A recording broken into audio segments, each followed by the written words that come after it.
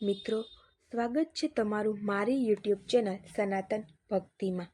મિત્રો, મહાશિવરાત્રિના પાવન અવસર પર આ વિડીયોમાં આજે આપણે ભગવાન શિવ અને માતા પાર્વતીની વ્રત કથા એટલે કે મહાશિવરાત્રિની વ્રત કથા સાંભળીશું। તો ચાલો મિત્રો, મહાશિવરાત્રિની વ્રત કથા શરૂ કરીએ। હર હર મહાદેવ, ઉમાપતિ મહાદેવની જય। મહાશિવરાત્રિ ભગવાન શિવની આરાધનાનો સૌથી મોટો તહેવાર માનવામાં આવે છે। આજે દેશભરમાં લોકો શિવના નામનો જપ કરી રહ્યા છે। શાસ્ત્રો અનુસાર આ દિવસે ભગવાન શિવ અને માતા પાર્વતીના લગ્ન થયા હતા। આ કારણે આ દિવસે ભગવાન શિવ અને માતા પાર્વતીની પૂજા કરવાની સાથે વ્રત રાખવાની પરંપરા છે।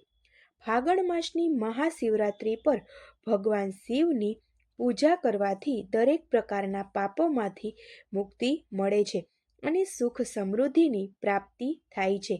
મહાશિવરાત્રિ ફાગણ માસની કૃષ્ણ ચતુર્દશી હોય છે। ભગવાન શિવની પૂજા અર્ચના કરવા માટે દરેક માસના કૃષ્ણ પક્ષની ચતુર્દશી તિથિનો વ્રત રખાય છે, પણ સૌથી મોટો શિવરાત્રિ મહાશિવરાત્રિ કહેવાય છે। મહાશિવરાત્રિ વ્રત વિધાન જોઈએ તો ગરુડ પુરાણ મુજબ શિવરાત્રિથી એક દિવસ પહેલા ત્રયોદશી તિથિમાં શિવજીની પૂજા કરવી જોઈએ અને વ્રતનો સંકલ્પ લેવો જોઈએ। તે સિવાય ચતુર્દશી તિથિને નિરાહાર રહેવું જોઈએ। મહાશિવરાત્રિના દિવસે ભગવાન શિવને ગંગાજળ ચઢાવવાથી ખાસ પુણ્ય મળે છે। મહાશિવરાત્રિના દિવસે ભગવાન શિવની મૂર્તિ કે શિવલિંગને પંચામૃતથી સ્નાન કરાવીને ઓમ નમઃ શિવાય મંત્રથી પૂજા કરવી જોઈએ। ત્યારબાદ રાત્રિના 4 પ્રહરમાં શિવજીની પૂજા કરવી જોઈએ અને આવતા દિવસે સવારે બ્રાહ્મણોને દાન દક્ષિણા આપી વ્રતનું પારણું કરવું જોઈએ।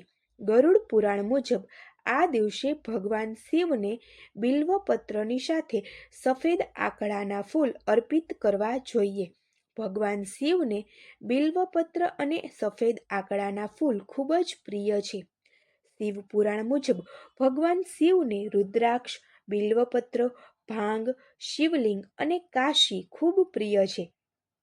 આ દિવસે મહાનિશિત કાળમાં મહામૃત્યુંજય મંત્રનો જાપ કરવાથી રોગ શોકથી રાહત મળે છે।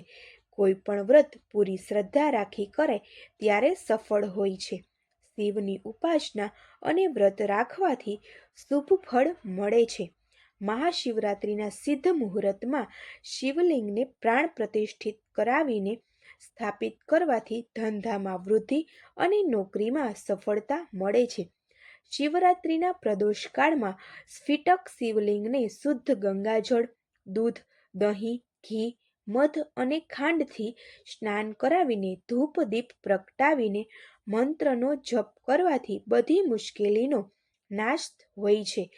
રોગથી પરેશાન થતા પર અને પ્રાણની રક્ષા માટે મહામૃત્યુંજય મંત્રનો જાપ કરવો।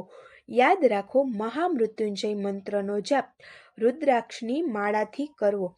મંત્ર જોવામાં નાનું છે પણ પ્રભાવમાં ખૂબ ચમત્કારી છે।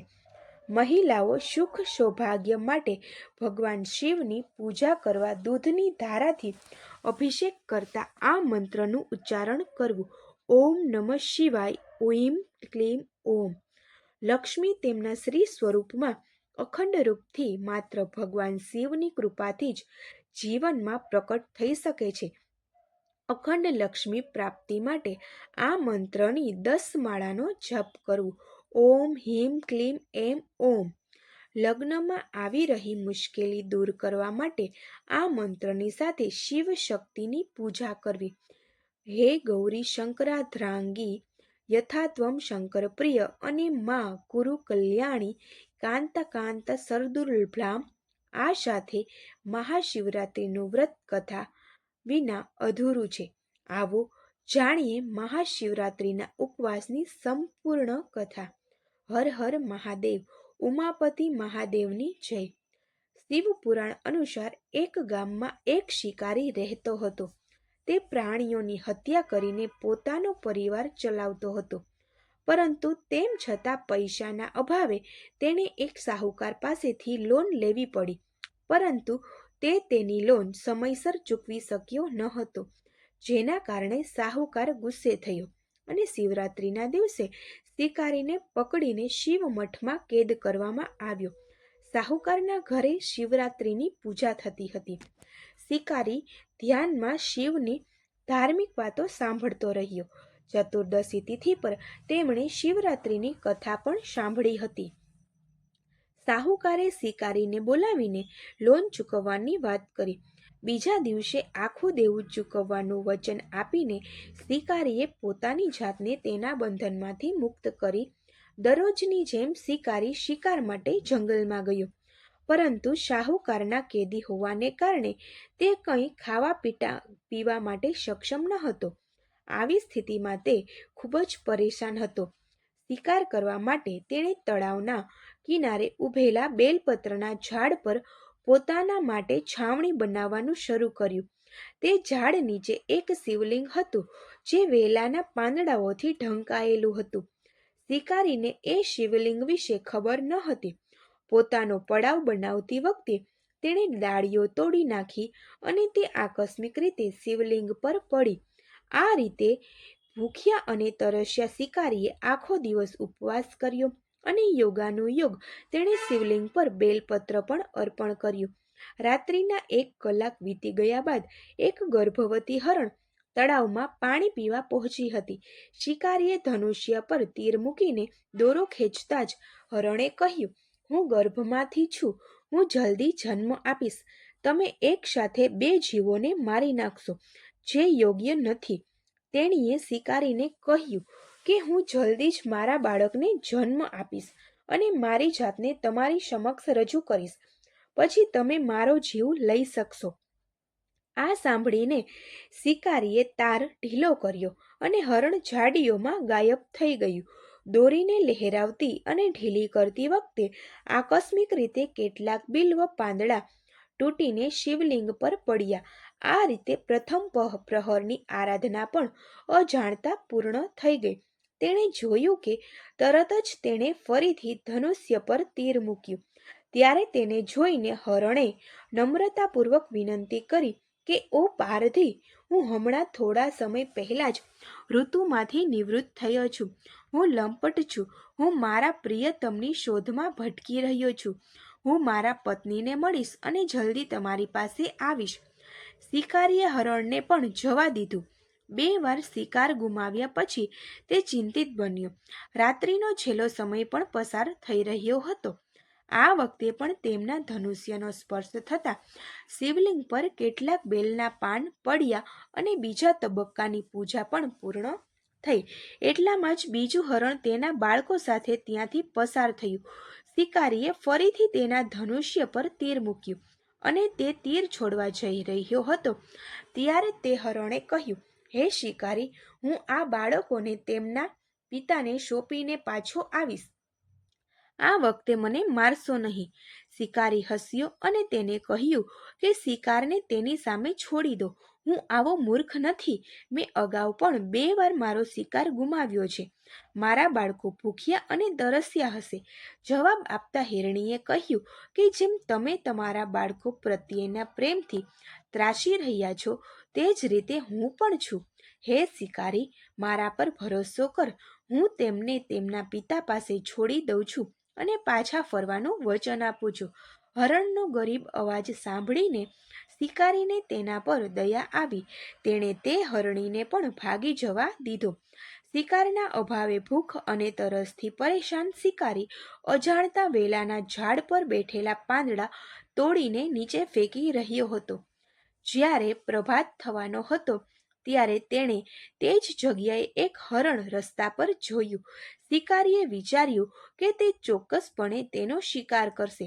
શિકારીની તાણવાળી દોરી જોઈને હરણે કહ્યું કે હે શિકારી, જો તમે મારી સમક્ષ આવેલા 3 હરણ અને તેમના વાછરડાઓને મારી નાખ્યા હોય તો મને પણ મારવામાં વિલંબ કરશો નહીં, જેથી મને તેમના વિયોગમાં એક ક્ષણ માટે પણ પીડા ન ભોગવવી પડે.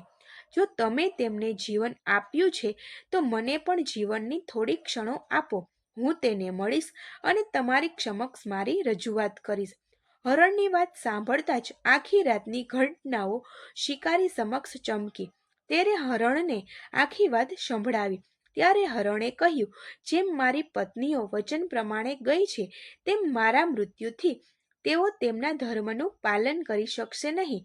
તેથી એવું લાગે છે કે તમે તેને વિશ્વાસુ તરીકે છોડી દીધી છે. તેવી જ રીતે મને પણ જવા દો. હું એ બધાની સાથે તમારી સમક્ષ હાજર થઈશ. શિકારીએ તેને પણ જવા દીધો. આમ સવાર પડી. શિકારીની શિવરાત્રિ પૂજા અજાણતા ઉપવાસ, રાત્રિ જાગરણ અને યોગાનુયોગ શિવલિંગ પર બેલપત્ર અર્પણ કરીને પૂર્ણ થઈ હતી. અજાણ્યે કરેલી પૂજાનું પરિણામ તેને તરત જ મળી ગયું. શિકારીનું હિંસક હૃદય શુદ્ધ રહે તે ત્યાં ગયો અને તેનામાં ભગવાનની ભક્તિનો વાસ થયો. શિકાર કરી શકે છે, પરંતુ આટલી સત્યતા, પ્રામાણિકતા અને જંગલી પ્રાણીઓ પ્રત્યેનો સામૂહિક પ્રેમ જોઈને શિકારીને ખૂબ જ દોષિત લાગ્યું. તેણે હરણ પરિવારને જવા દીધો. અજાણતા શિવરાત્રિનું વ્રત કરીને પણ શિકારીને મોક્ષ મળ્યો. જ્યારે તેમના મૃત્યુ સમયે યમદૂત તેમને લઈ જવા આવ્યા ત્યારે ભગવાન શિવે તેમને પાછા મોકલ્યા અને તેઓ શિકારીને શિવલોક લઈ ગયા. મિત્રો, જેમ આ વ્રત શ્રદ્ધા ભક્તિભાવપૂર્વક કરે છે, મહાદેવ તેની બધી મનોકામના પૂરી કરે છે અને તે શિવના સાનિધ્યમાં જીવનભર રહે છે અને શિવલોકમાં સ્થાન પામે છે. હર હર મહાદેવ. ઉમાપતિ મહાદેવની જય.